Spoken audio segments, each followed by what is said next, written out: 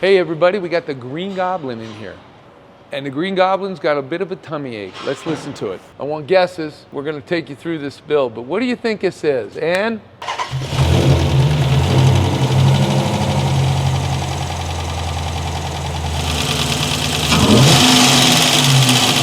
Again? Doesn't sound like a rod knot to me. Kill it. I think we got a lifter that's failed. These AFMs, is that what it is, Tyson, AFM? But basically what it is they're eliminating cylinders while this thing's running, and the lifters. Every motor has a problem with this. So we'll eliminate that. We'll recommend that when we build the motor. Follow us, we'll show you what we're gonna do.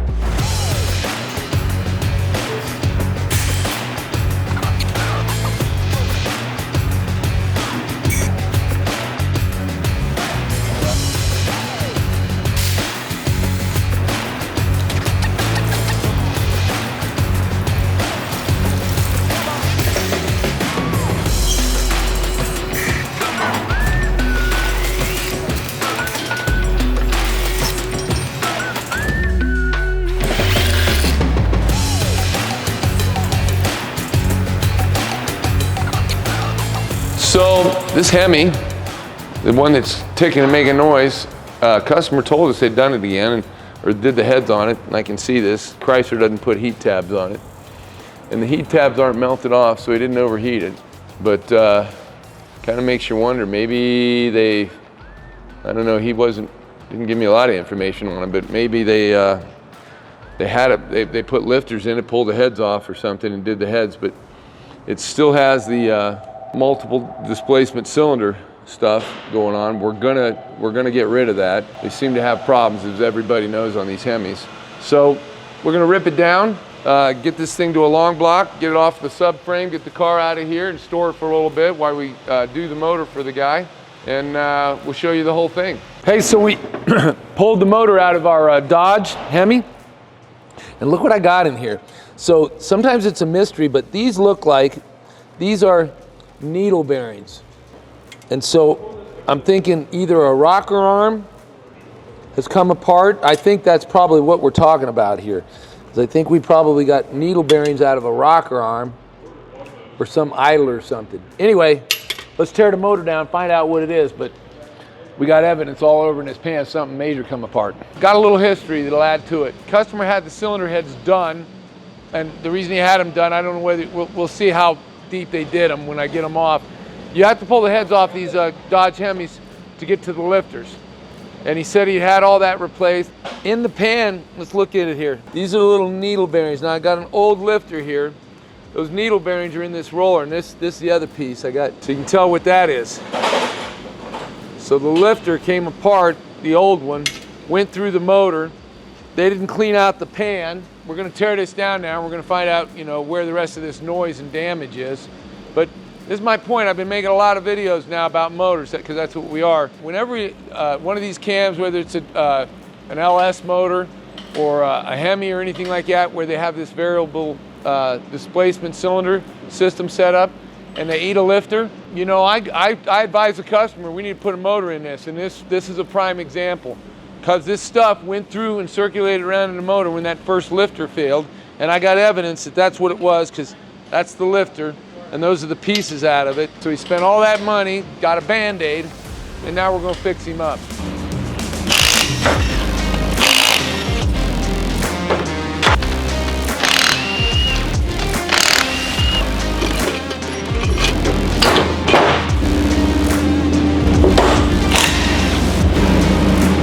Now this one's already coming apart. So these are new lifters, and we got debris on it. See how that's kind of stuck in there? That's probably the one. Oh yeah, that's the bad boy. Listen everybody, this is real important.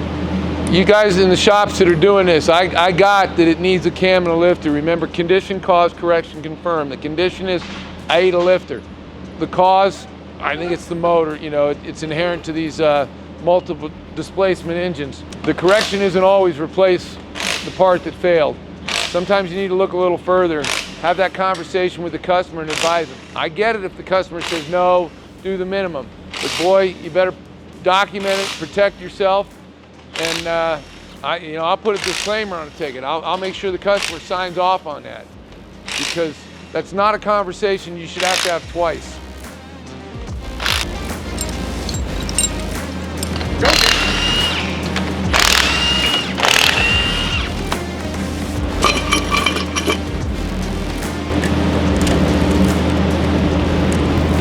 This cooling system, the rust in here, why we got that? It makes me kind of wonder, like, are we not, got the right mixture of antifreeze in there and rust inhibitor?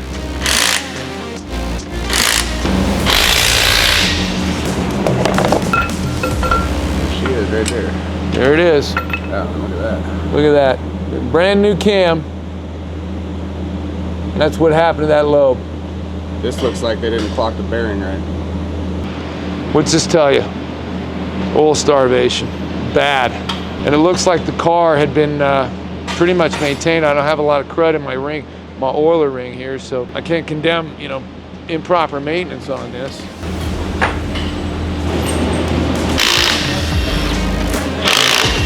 There's one piston out.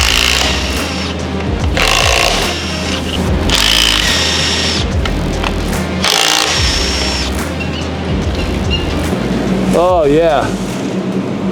These are the thrust walls on these cylinders. That's just terrible. Same in here, look on this side. I mean, both sides of that wall are just trashed. This is the cam tunnel here. Come here and I'm gonna show you down through this hole right here. That bearing has spun in there. And so that journal lost oil, because that's how it gets oil to that journal. It's through the block and it oils it. That's what tore up this journal right here. There's the difference. That's all that crap down in the pan where that lifter failed. My son didn't want to pull that lifter up through. See, so look here, we're gonna put a good one down in a hole. See, I can put that lifter right down in a hole. But the bad one won't come up through that hole, but it's actually swedged this wider that way. So guys that are working on this can put a big pair of channel locks in or a slide hammer and pull that up through there. But then what does that do? It damages the bore in the lifter bore and increases your clearance. And so the brand new lifter, when you do all that, is going to be wallowing around in that bore and it's going to lose oil pressure. You really got to do an engine, or you're not doing it right and not giving them any kind of real sense of security. And that's what they want. So man, you gotta have that serious conversation. That's part of your job, to get that customer to understand the seriousness of them declining doing the job right. And it's just not this, it's all the stuff we deal with every day. So my son, he's so good at this. All the lifters that we took out of this motor, so see, we said that they didn't delete the MDS because all the solenoids are still in there, the harness hooked up. They didn't delete that, okay? But they did put in a non-MDS cam because all the lifters are the same. This is an MDS lifter, and the lifter that failed was on an MDS galley. Guys, you can't do the job halfway. You can't be half-assed. You got to do the job right.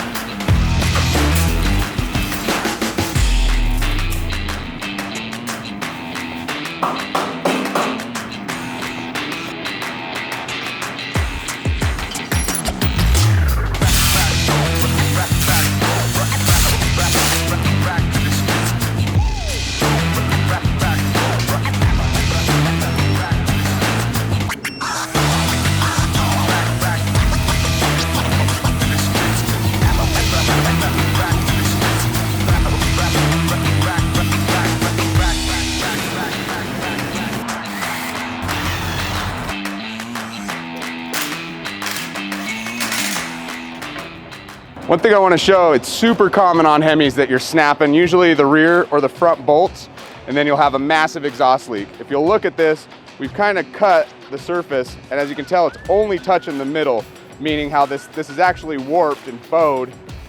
These manifolds on the outside are pulling away and snapping your bolts. So that's the cause of the snap bolts in your cylinder head. So what we're gonna do is resurface these and get these flat again, and then we'll replace the bolts.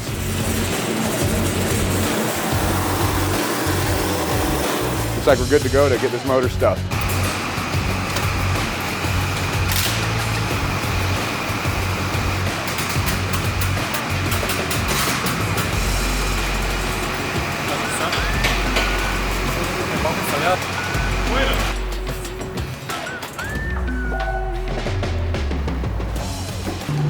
Well, we've got this Hemi done.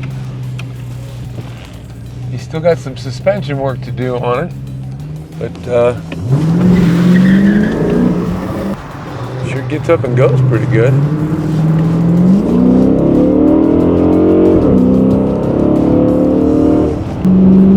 The control arms on this thing are shot, the bushing, so you can, I don't know whether you can hear that, but it's clunking a bit. And he can't afford to have it done right now. So I hope things happen for him and he can finish this up, because the young man will have himself a pretty cool little car.